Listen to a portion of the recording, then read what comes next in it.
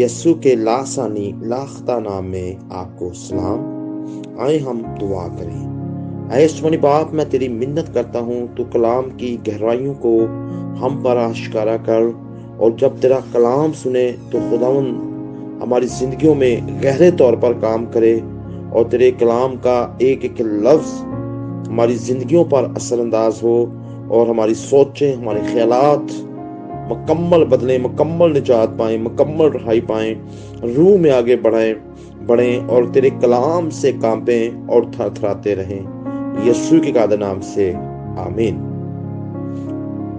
आइए मेरे साथ निकालिए यशायाह 66 बाब और उसकी 2 आयत। शुरू करते हैं कलाम हक का पढ़ना यीशु के कादर नाम से। सब कहें आमीन। लेकिन मैं उस शख्स पर निगाह करूंगा, उसी पर जो गरीब और शिकस्ता दिल है और मेरे कलाम से कांप जाता है। मेरे अजीजों, आज का जो हमारा मजमून है वो है खुदा के कलाम से थर थराना। क्या जब हम कलाम को पढ़ते हैं, कलाम पर निगाह करते हैं, गौर करते हैं, हम कांप जाते हैं या थरथरा जाते हैं? ये बहुत जरूरी बात है कि खुदा के कलाम को पढ़ते वक्त कांपे, थरथराएं। जब खुदा कलाम करता है तो क्या आप कांप जाते हैं? मेरा आपसे ये सवाल है। जब कभी भी खुदा ने आपसे कलाम किया हो, क्या आप कांप उठे हैं? खुदाए कादर के कलाम ने आपसे कब आखिरी दफा खुदा ने आपसे बात की हो? और जब खुदा ने आपसे बात की हो तो आपके जिस्म पर हकीकी तौर पर असर क्या हुआ? मेरे अजीजों, अगर हम कलामे मुकद्दस पर गौर करें, मेरे साथ निकालें मुकाशफा 1 बाब और उसकी 17 आयत। यहाँ पर लिखा है, जब खुदा ने यूहन्ना से कलाम किया तो वो उसके पांव में मुर्दा सा गिर पड़ा। हम अगर गौर करें अमाल 9 बाब और उसकी 4 आयत पर, वो जो सौल कहलाता था, जो अपने आप को बड़ा समझता था, जिसने मसीहों को हद से ज्यादा तंग किया और तंग कर रहा था, उनको घसीट घसीट के लाता था, कैद खाना में डालता था। और जब स्टीफनस को पत्थर मारे जा रहे थे तो जनाबे सौल जो हैं इस बात के लिए राजी थे। और मेरे अजीजों, वो फिर दमिश्क की राह पर जा रहे थे, और जब वो दमिश्क की राह पर जा रहे थे तो वो फिर मसीहों को बांधकर कैद में डालना चाहते थे। लेकिन उनकी मुलाकात यीशु मसीह से हुई, और वो अमाल 9 बाब में यीशु मसीह ने सौल से कहा कि तू मुझे क्यों सताता है? उसने कहा, खुदावन तू कौन है? उसने कहा, मैं यीशु हूं। तो मेरे अजीजों, वो घोड़े से नीचे गिर पड़ा और वो सौल से पलूस बन गया। इसी तौर पर अगर आप जनाबे मूसा की जिंदगी पर गौर करें और अमाल 7 बाब उसकी 32 आयत का मुताला करें, तो वहां पर जब खुदा ने जनाबे मूसा से कलाम किया तो वो कांप गए, वो कांप उठे। इसी तौर पर अगर आप मेरे अजीजों लूका 5 बाब और उसकी 8 आयत का मुताला करें, जब जनाबे पतरस रसूल को पता चला कि यीशु कौन है, तो वो यीशु के पांव में गिरा और कहा, ऐ खुदावन मेरे पास से चला जा, क्योंकि मैं गुनाहगार आदमी हूं। जो खुदा के साथ चलते रहे, इतनी बड़ी हस्तियां, जब खुदा ने उनसे कलाम किया तो वो कांप उठे, कोई गिर पड़े, آج میرا اور آپ کا کیا حال ہے جب ہم خدا کا کلام پڑھتے ہیں، جب خدا ہمارے ساتھ بات کرتا ہے تو ہم کیا تھر تھراتے ہیں، ہم کانپ اٹھتے ہیں۔ کلام حق میں لکھا ہے کہ ابلیس بھی ایمان رکھتا اور تھر تھراتا ہے، وہ بھی خدا کے سامنے کانپتا ہے۔ کیا آج کا انسان خدا کے سامنے کانپ اٹھتا ہے، تھر تھرا اٹھتا ہے جب خدا اس کے ساتھ کلام کرتا ہے؟ آج ہمارا کیا حال ہے؟ کیا آج آپ اس بات پر اپنے حواس کو کھو بیٹھتے ہیں کہ وہ جو خالق ہے کلام کرنے کے لیے آپ سے یعنی مخلوق کو چنتا ہے، مجھے اور آپ کو چنتا ہے کہ ہم کلام کریں؟ یہ کتنی بابرکت بات ہے، یہ کتنی پرخلوص بات ہے۔ کیا آپ خلوص دل کے ساتھ اپنی بائبل پڑھتے ہیں اور زندگی تبدیل کرنے والے خدا کے کلام کو غور سے سنتے ہیں؟ کتاب مقدس فرماتی ہے، امثال 9 باب اور 10 آیت میں لکھا ہے، خداوند کا خوف حکمت کا شروع ہے۔ جب خداوند کا خوف ہماری زندگی میں آتا ہے تو ہمیں حکمت ملتی ہے۔ اور میرے عزیزو، اور لکھا ہے کہ جس کے اندر خدا کا خوف ہے وہ بدی سے دور رہتا ہے، وہ ہر طرح کی بدی کو اپنی زندگی سے دور کر دیتا ہے۔ اور پاک کلام کی بہت سی ایسی باتیں ہیں جو صرف اسی وقت دیکھی اور سنی جا سکتی ہیں جب دل میں خدا کا خوف اور اس کی تمجید ہو۔ کیا ہمارے دل میں خدا کا خوف اور اس کی شکر گزاری اور اس کی حمد اور اس کی ستائش اور اس کی تعریف ہمارے دل میں ہے؟ کسی اور طریقے سے ان کا تجربہ نہیں کیا جا سکتا۔ میرے عزیزو، میں آپ سے ریکویسٹ کرتا ہوں، میں آپ سے التماس کرتا ہوں، کاش جب آپ یا میں بائبل مقدس کا مطالعہ کریں تو ہم محسوس کریں کہ خدا ان آیات کے وسیلہ سے آپ سے براہ راست کلام کر رہا ہے۔ کیا ایک لمحے کے لیے بھی اس حیرت انگیز حقیقت پر توجہ دیں گے، یا ہم توجہ کرتے ہیں کہ وہ خدا جس کے کلام کرنے سے کائنات جس نے خلق کی، وہی خدا اب آپ کے ساتھ بات کر رہا ہے؟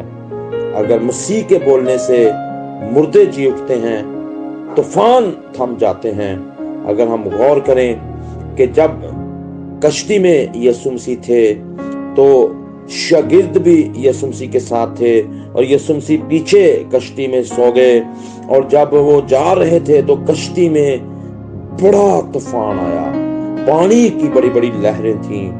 اور میرے عزیزو، اور یسوع مسیح کے شاگردوں نے بڑی کوشش کی لیکن وہ کچھ نہ کر پائے، اور آخر کار یہ ہوا کہ پانی کشتی میں بھرنا شروع ہو گیا۔ جب پانی کشتی میں بھرنا شروع ہو گیا تو وہ ڈر گئے، وہ خوف زدہ ہو گئے، اور انہوں نے بھاگ کے جا کر یسوع کو جگایا۔ اور جب یسوع کو جگایا تو یسوع فوراً اٹھے، اور کلام حق میں لکھا ہے کہ اس نے طوفان کو کہا تھم جا، اور طوفان تھم گیا، اور پانی کو حکم دیا، اور پانی کی لہریں بھی ساکت ہو گئیں، اور وہ حیران ہوئے کہ ہوا اور پانی بھی اس کا حکم مانتے ہیں۔ یسوع مسیح کے بولنے سے جو ہے طوفان تھم جاتے ہیں، پانی کی لہریں تھم جاتی ہیں، اور کلام حق میں لکھا ہے کہ ان کی زندگیوں میں بڑا امن ہو گیا۔ اور اسی طور پر اگر آج ہماری زندگی میں مختلف قسم کی لڑائی جھگڑے کی طوفان کی لہریں اٹھ رہی ہیں، اور دیگر لہریں ہیں، غربت کی لہریں ہیں، قرضوں کی لہریں ہیں، ناکامیوں کی لہریں اٹھ رہی ہیں، تو آج بھی یسوع کل اور آج بلکہ ابد تک یکساں ہے۔ وہ ہمارے درمیان میں موجود ہے، وہ ان کو تھما دیتا ہے اور مردے جی اٹھتے ہیں۔ میرے عزیزو جب लाजर को मरे 4 दिन हो गए थे और जब यीशु 4 दिन के बाद आया तो वहां पर क्या हुआ? क्यों यीशु ने 4 दिन वेट किया? क्योंकि यहूदी दस्तूर के मुताबिक वो समझते थे कि तीसरे दिन तक रूह उधर होती है और फिर उसके बाद चली जाती है। जब याइर की बेटी अभी मरी थी तो यीशु ने उसे जिंदा कर दिया।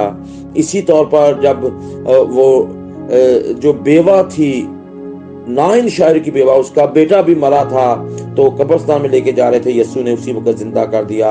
यहूदियों ने कहा ये कौन सा बड़ा काम है?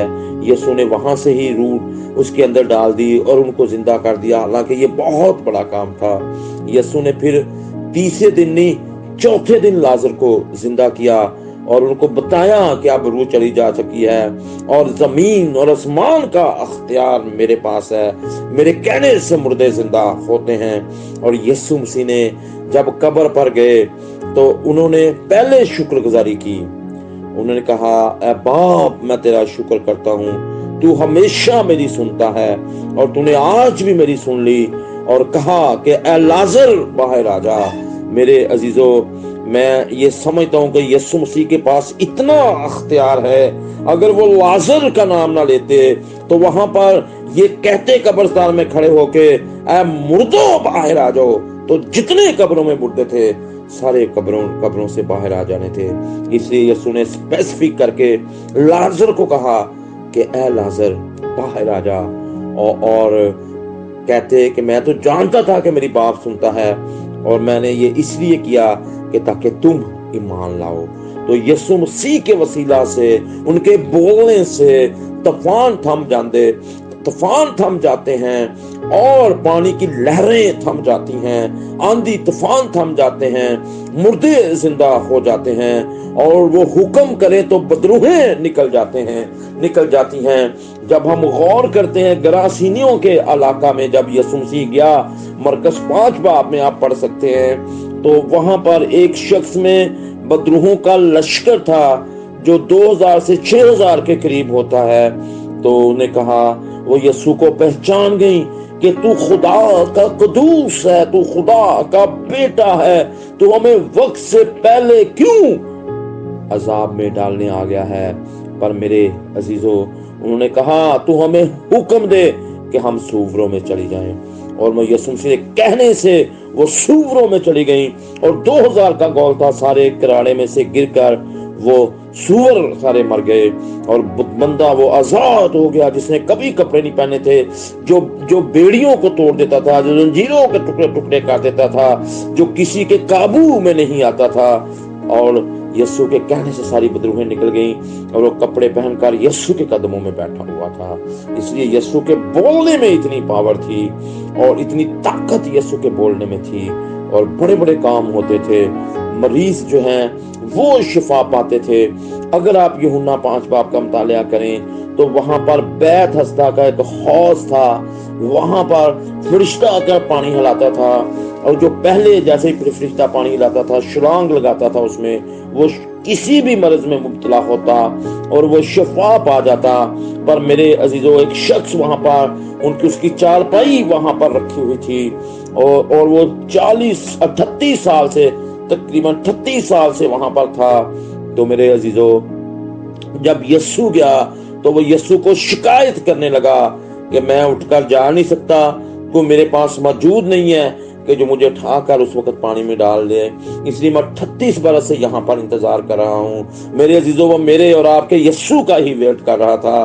तो उसका मतलब था कि जब यीशु मेरी मदद करेगा, हो सकता है उसके ज़हन में ये बात हो, ये हम ख्याल कर सकते हैं कि यीशु जब फरिश्ता आकर पानी हिलाएगा तो वो मुझे डालेगा। पर यीशु तो वो है जो फरिश्तों को हुक्म देता है कि जाकर पानी को हिलाओ। और यीशु मसीह को उसने पहचाना नहीं, जाना नहीं, और यीशु मसीह ने उसे कहा उठ, अपनी चारपाई उठा और चल। फिर उसी वक्त उस मरीज ने शिफा पाई जो 38 बरस से बीमार था। उसके कहने से 38 बरस के मरीज जो हैं शिफा पाते हैं। मेरे अजीजों, उसके एक लफ्ज ने जो है अब आपकी जिंदगी पर क्या असर किया है, क्या असर डाला है? कभी आपने सोचा है? मेरा ये आपसे सवाल है, اور جس کے کہنے سے 4 دن کا مردہ جو ہے وہ زندہ ہوتا ہے، اور 38 برس کا مریض جو ہے شفا پاتا ہے، اور دیگر کام ہوتے ہیں، لالاش مرض جو ہے وہ ٹھیک ہو جاتے ہیں۔ اس کے ایک لفظ نے آپ کی زندگی پر کیا اثر ڈالا ہے؟ اور کبھی آپ نے سوچا ہے اس بات پر؟ اگلی مرتبہ آپ اسی پاکیزہ امید کے احساس کے ساتھ خدا کے کلام کا مطالعہ کریں کہ کلام کے الفاظ آپ کی زندگیوں پر اثر انداز ہوں، اور آپ ان کو سن کر یا ان کو پڑھ کر کانپ اٹھیں اور ان پر عمل کریں، اور حقیقی طور پر وہ آپ کی زندگی پر اثر ڈالیں اور ہماری زندگیوں پر تبدیل ہوں، ہمارے خاندانوں پر ان کلام کے الفاظ ہوں، کیونکہ خدا کے کلام جو ہے وہ پر تاثیر ہے، وہ زندگیوں پر اثر انداز ہوتا ہے اور بڑے بڑے کام کرتا ہے۔ آج ہی اس امید سے، اس اساس سے خدا کے کلام کا مطالعہ کریں کہ وہ آپ کی زندگی پر اثر ڈالے گا، آپ کے خاندان پر، آپ کے بچوں پر، آپ کے بزنس پر، ہر ایک چیز پر کلام اثر انداز ہوگا، کیونکہ وہ کبھی بے تاثیر واپس نہیں لوٹتا۔ اس کے اندر قدرت پائی جاتی ہے جو ہماری زندگیوں میں تاثیر کر جاتی ہے، اور ہمیں اس کو اپنی زندگی میں لینا ہے، اور پہلے جیسے نہیں رہنا۔ ہمارے رویوں پر خدا کا کلام اثر انداز ہو، ہماری زندگی کے ہر پہلو پر، ہر حصے پر خدا کا کلام اثر انداز ہو۔ اسی امید سے خدا کے کلام کا مطالعہ کریں۔ کلامیات کا سنا اور پڑھا جانا ہمارے لیے باعث برکت ہو۔ خدا ان کا شکر ہو۔